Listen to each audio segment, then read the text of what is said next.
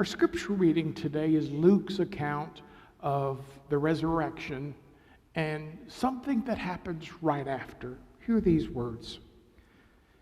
On the first day of the week, very early in the morning, the women took the spices they had prepared and went to the tomb. They found the stone rolled away from the tomb. But when they entered, they did not find the body of the Lord Jesus. While they were wondering about this, suddenly 2 men in clothes that gleamed like lightning stood beside them. In their fright, the women bowed down with their faces to the ground. But the men said to them, "Why do you look for the living among the dead? He's not here. He's risen. Remember how he told you while he was still with you in Galilee? The Son of Man must be delivered over to the hands of sinners, be crucified, and on the third day he raised again." Then they remembered his words. When they came back from the tomb, they told all these things to the 11 and to the others. It was Mary Magdalene, Joanna, Mary, the mother of James, and the others with them who told this to the apostles. But they did not believe the women, because their words seemed to them like nonsense. Peter, however, got up and ran to the tomb. Bending over, he saw the strips of linen lying by themselves, and he went away wondering to himself what had happened. Now that same day, 2 of them were going to a village called Emmaus, about 7 miles from Jerusalem. They were talking with each other about everything that had happened. And as they talked and discussed these things with each other, Jesus himself came up and walked along with them, but they were kept from recognizing him. He asked them, "What are you discussing together as you walk along?" They stood still, their faces downcast. One of them, named Cleopas, asked him, "Are you the only one visiting Jerusalem who does not know the things that have happened there in these days?" "What things?" he asked. "About Jesus of Nazareth," they replied. "He was a prophet, powerful in the word and deed before God and all the people. The chief priests and our rulers handed him over to be sentenced to death, and they crucified him. But we had hoped that he was the one who was going to redeem Israel. And what is more, it is the 3rd day since all this took place. In addition, some of our women amazed us. They went to the tomb early this morning, but didn't find his body. They came and told us they had seen a vision of angels who said he was alive. Then some of our companions went to the tomb and found it just as the women had said, but they did not see Jesus." He said to them, "How foolish you are, and how slow to believe all that the prophets have spoken. Did not the Messiah have to suffer these things and then enter his glory?" And beginning with Moses and all the prophets, he explained to them what was said in all the scriptures concerning himself. As they approached the village to which they were going, Jesus continued on as if he was going farther. But they urged him strongly, "Stay with us, for it's nearly evening and the day is almost over." So he went in to stay with them. When he was at the table with them, he took bread, gave thanks, broke it, and began to give it to them. Then their eyes were opened and they recognized him, and he disappeared from their sight. They asked each other, "Were not our hearts burning within us while he talked with us on the road and opened the scriptures to us?" They got up and returned at once to Jerusalem. There they found the 11 and those with them assembled together and saying, "It is true. The Lord has risen and appeared to Simon."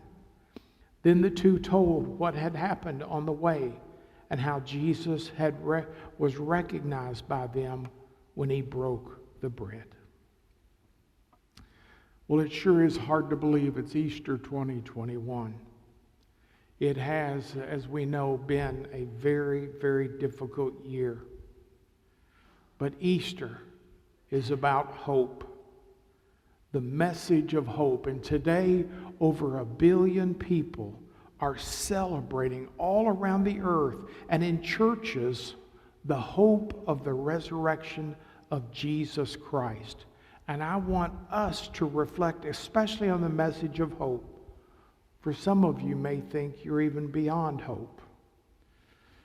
A few years ago, a man stopped by the church for a little help. He'd been walking for days, hadn't bathed, hadn't shaved. He had a big backpack on his shoulders, and he was trying to find something to eat. I talked to him for a little bit, and I must tell you, most people who come by asking for help have a litany, and you recognize it. But this young man's words were different, and I could tell he was lost. He said he wanted something to eat. And for some reason, I decided I needed to do more for him. And so I said, I want to take you over to where there's a hotel and food. I want to get you some food. I want to get you a hotel room, and you spend the night in a bed and bathe and have that, and you'll be able to go on your way tomorrow. He said, no, I don't want it. I said, well, why not? And he said, because I don't like church people. They've been mean to me, and I don't want anything from a church except some food. And so we talked a little bit more, and finally he reluctantly agreed, and I kind of drug him over into my car and took him to get something to eat and went into the hotel and got him a room and came out with his key, and tears were just coming down his face. And he said, I don't know what to say. I don't know what to do with this. And I said to him, you don't have to say or do anything. I just want you to know somebody cares about you, that you are not alone. And he walked away, shaking his head. Some of you may feel a little bit like that young man in that you were dragged to church this morning. It happens every Easter. People are brought here with the greatest hope that the service will be somewhat entertaining or interesting. But I hope that the tomb is empty for you today, and that you understand the hope that we have as people who believe in Jesus Christ, and that somehow or another your heart will be opened to the work of Christ. Maybe again. One of my favorite stories about a guy who was out jogging one night and cut through the cemetery, and they had dug a hole for a grave the next day, and as he was running, he fell in. And after several minutes of trying to get out, realized he was stuck, and just decided to sit down and wait till the light in the morning came. It just so happened another jogger came through and fell in the same hole. And he thought things were bad until this hand was put on his shoulder and said, hey, let's help each other out. And he got out of the hole. Sometimes we go through things in our life and we don't think there's any hope. And we just sit and we wait. This is where I'm supposed to be, or this is what's going to happen, and there's nothing I can do about it. But the power of Easter is that you are not without hope. There is a grace that God offers to help you with what's ahead of you. Some of you have traveled difficult roads this year. You're here maybe for the first Easter without your spouse, parents, even children. It's been a rocky road, and you may feel the disappointment or disillusionment of this last year. That's what those two men were feeling as they were walking along that road, and Jesus came to them. I mean, they had left their families, they had left their careers. People told them they were crazy for following this man, that he wasn't going to go anywhere, and the Romans would kill him, and sure enough, it happened. So they're going down the road of disappointment that we know, and they encounter a stranger. And Luke says they made this amazing statement. But we had hoped that he was the one who was going to redeem Israel. We know those words. But we had hoped. My guess is there's not a one of you in this room that hasn't at one time or another thought, I had hoped my company wasn't going to downsize and affect me. I hoped my son or daughter were going to finally grow up. I hoped my marriage would last. I hoped my children would be okay. I hoped my child would be healthy. I hoped it was till death do us part. I read this week about a father who had two sons, 23 and 19. It seemed when they were 7 and 3, the sons were diagnosed with a debilitating disease. And over time, things had gotten worse. The boys, now 23 and 19, live every day in a wheelchair, connected to ventilators, unable to feed themselves, bathe themselves, dress themselves, go to the bathroom. And this man and his wife for 15 years have taken care of their sons, day in and day out. Never a vacation, never a spring break. And it's the life they live. Sometimes the difficult road we're traveling isn't just a few days or a few weeks. It's years or even a lifetime. There are people here who are in places they never thought they would be. We know of people that Alzheimer's has affected and it's getting worse. There are some parents in this room with children that have disabilities and there's no cure. And every day they live that. And they wonder, is there any hope? These two disciples on the road to Emmaus were down and they were headed west, and they didn't know it, but they were with Jesus. Luke 24:30 says, when he, meaning Jesus, was at the table with them, he took bread, gave thanks, and broke it, and gave it to them. Then their eyes were opened, and they recognized him. Their eyes were open.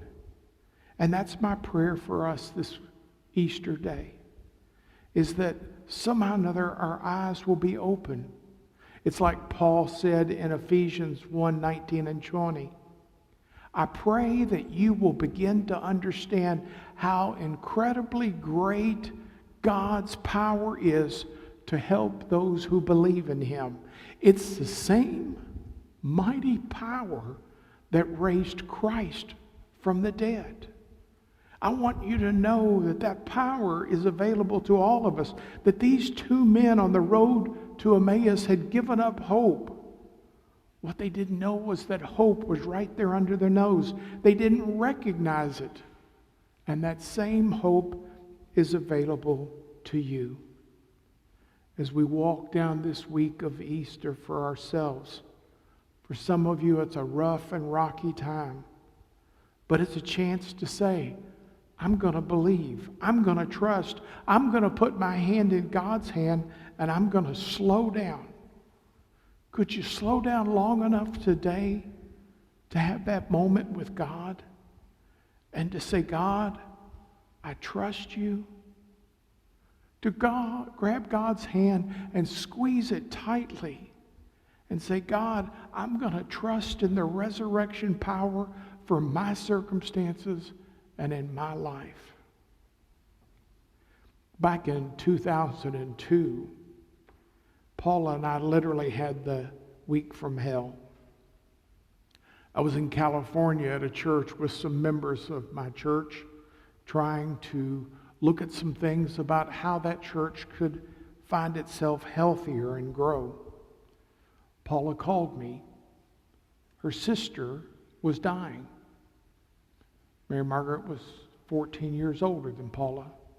So I rushed back in time to be here, and Mary Margaret died.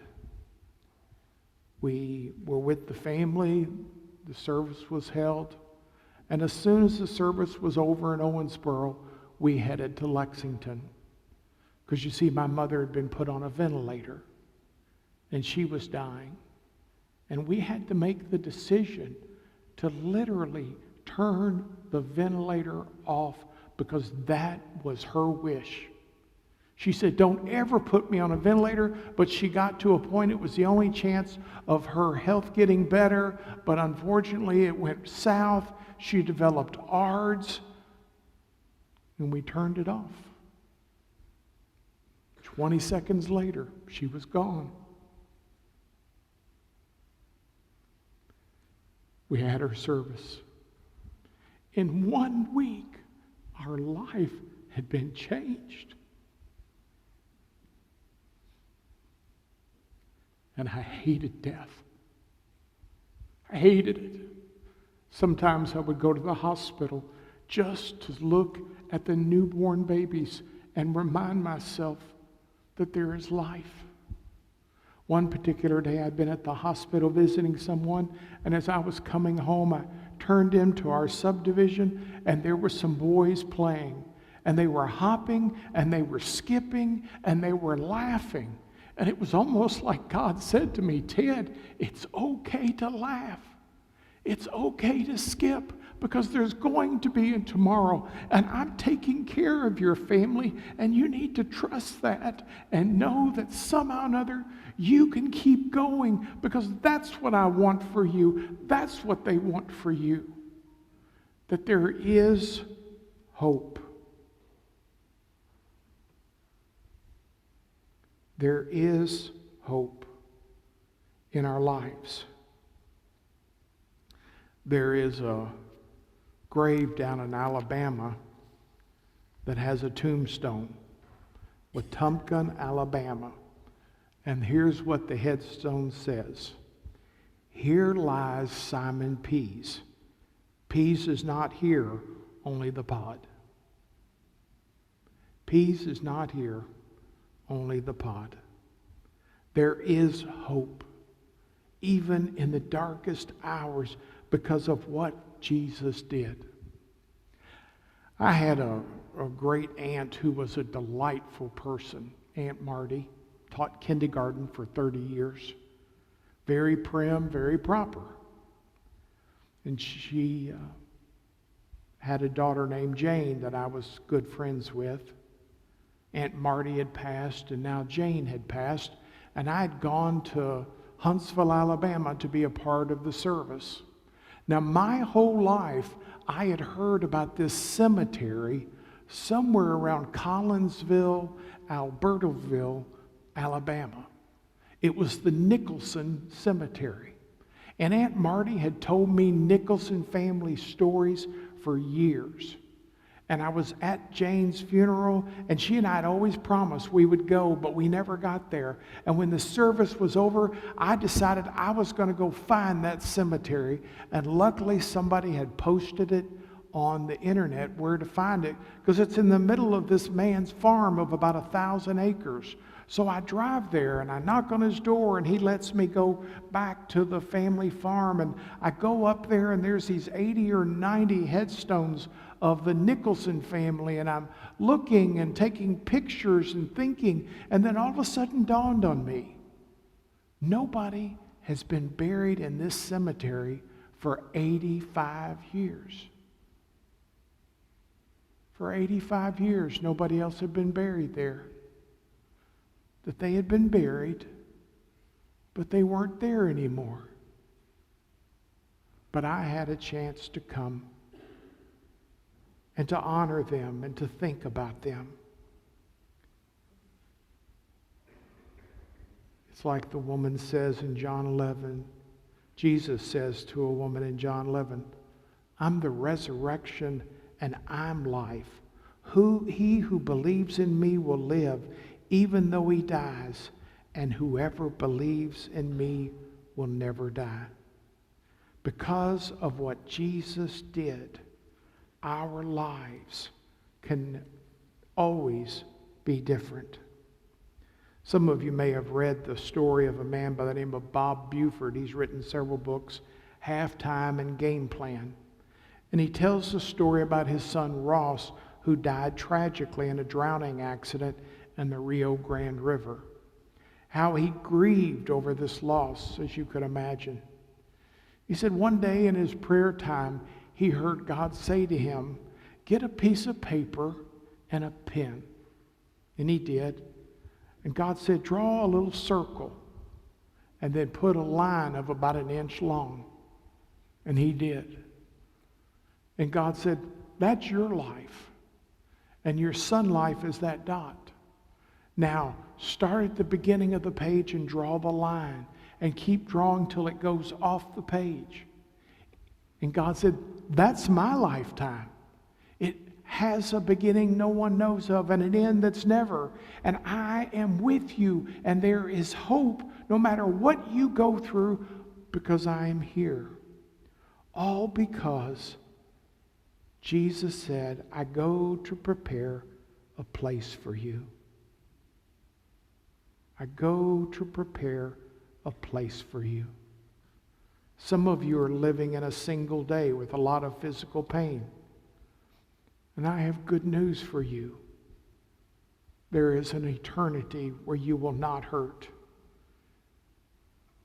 An eternity with no dentures, no fat grams, no glasses, no hearing aids, no wheelchairs, no artificial limbs, no arthritis, no emotional pain.